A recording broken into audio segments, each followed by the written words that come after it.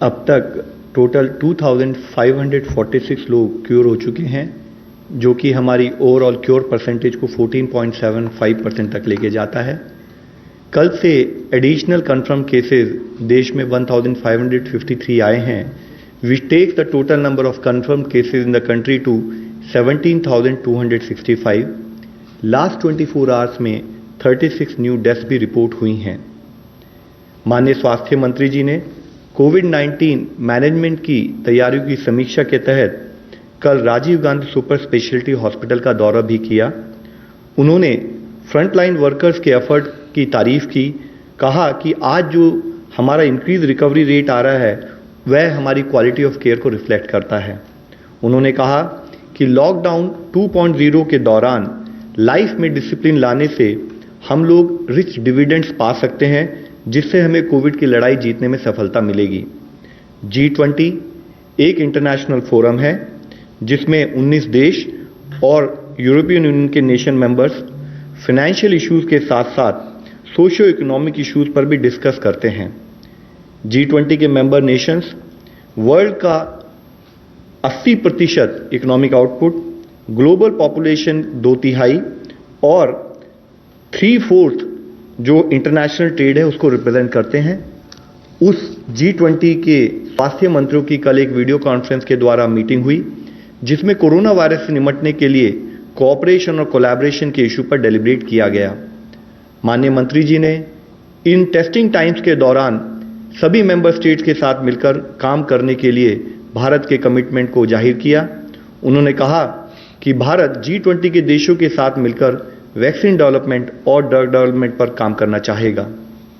इसके साथ ही government offices के कामकाज के लिए स्वास्थ्य मंत्रालय ने अधिकारियों को एक गाइडलाइंस के द्वारा वायरस के स्प्रेड को रोकने में संबंधित प्रिकॉशनरी मेजर की सलाह दी है, जिसमें बताया गया है कि officials reusable cloth face cover use करें, डिसइंफेक्शन प्रोटोकॉल का स्ट्रिक्ट फॉलो करें, फ्रीक्वेंटली सोप या पानी से हाथ धोएं या फिर हैंड रब या सैनिटाइजर को यूज करें और ऑफिशियल्स एक दूसरे के बीच में एडिक्वेट डिस्टेंस मेंटेन करें। साथ ही किसी भी जगह पर 5 से अधिक लोगों की गैदरिंग को अवॉइड करना है। डबलिंग रेट ऑफ केसेस, जिसका मतलब है कि कितने दिनों में टोटल केस काउंट डबल हो रहा है, उसको हम अलग अलग इंटरवल्स पर कैलकुलेट करते हैं और जिसके तहत हमने पिछले 7 दिनों के डबलिंग रेट के बेसिस पे जब कैलकुलेट किया तो देखा कि इंडिया का डबलिंग रेट लॉकडाउन से पहले जो 3.4 था, अब वह इंप्रूव होकर 7.5 हो चुका है। और इससे संबंधित और भी एक अच्छी न्यूज़ ये है कि अगर हम 19 अप्रैल तक का डेटा लें तो इस नेशनल एवरेज के तहत 18 स्टेट्स में नेशनल एवरेज से बेटर परफॉर्मेंस और बेटर इंप्रूवमेंट नोटिस किया गया है, जिसमें कि दिल्ली में डबलिंग रेट 8.5 डेज है, कर्नाटका में 9.2 डेज है, Telangana 9.4 days, Andhra Pradesh 10.6 days, Jammu Kashmir 11.5 days, Punjab 13.1 days, Chhattisgarh 13.3 days, Tamil Nadu 14 days और बिहार 16.4 डेज। ये जितने राज्य हैं यहाँ पर 20 से कम करीब डबलिंग रेट नोटिस किया गया। इसके साथ ही कुछ राज्यों में 20 से 30 के दिनों में भी डबलिंग रेट नोटिस किया गया, जो उनकी परफॉर्मेंस को दर्शाता है, जिसमें अंडमान निकोबार 20.1 है, Haryana 21 days, Himachal Pradesh 24.5 days, Chandigarh 25.4 days, Assam 25.8 days, Uttarakhand 26.6 days, Ladakh 26.6 days. इसके साथ ही हमारी कुछ स्टेट इवन उनका 30 दिनों से भी ज़्यादा डबलिंग रेट, यानी कि उनकी परफॉर्मेंस, उनका केस मैनेजमेंट में हम इम्प्रूवमेंट नोटिस कर रहे हैं, वह है उड़ीसा और केरला। मैं ये एक बहुत अच्छी हार्टनिंग न्यूज़ के रूप में आप लोगों के सामने प्रस्तुत करना चाहूँगा और राज्य और जिला स्तर पर जो हमारे कोविड के फील्ड वॉरियर्स काम कर रहे हैं इस विषय में, उनको धन्यवाद देना चाहूँगा।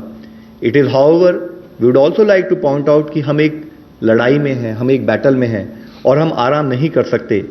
एक भी दिन की हमारी विफलता या एक भी व्यक्ति की विफलता हमारे इस QA रिजल्ट को, परिणामों को नेगेट कर सकती है और इसलिए ज़रूरी है कि हम सारी गाइडलाइंस का यूनिफॉर्म इम्प्लीमेंटेशन करें।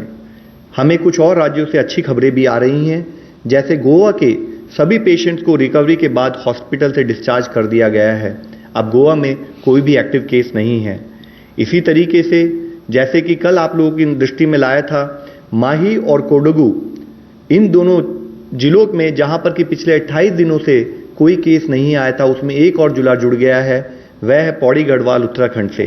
साथ ही टोटल 59 डिस्ट्रिक्ट्स हैं 23 स्टेट और यूनियन टेरिटरीज से, जहां पर पिछले 14 दिनों से कोई केस नहीं आया है, जिसमें 6 नए जिले जुड़े हैं।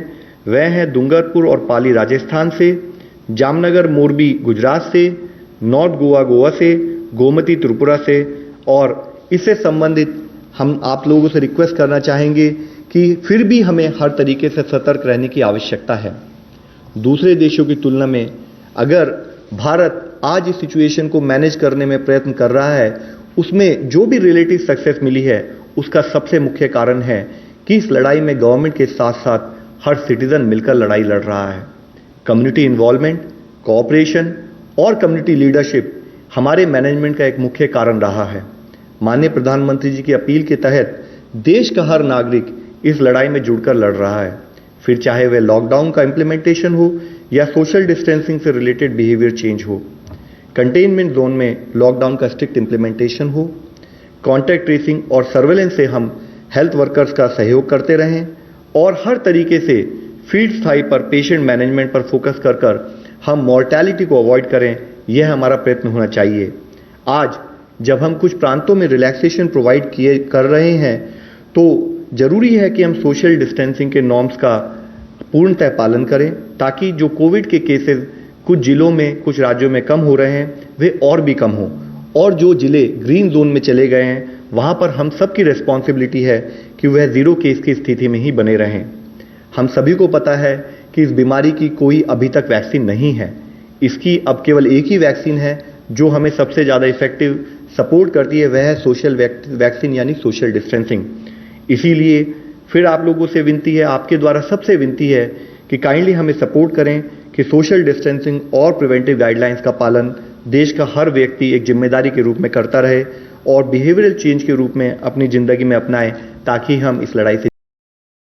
अगर आपको हमारा ये वीडियो पसंद आया हो तो इसे लाइक और शेयर जरूर करें। अगर इस वीडियो पर आपकी कोई राय है तो नीचे कमेंट भी कर सकते हैं। और हां, देश और दुनिया की तमाम खबरों से वाकिफ रहने के लिए अभी सब्सक्राइब करें न्यूज़ 24 का YouTube चैनल। न्यूज़ 24, निष्पक्ष खबरें।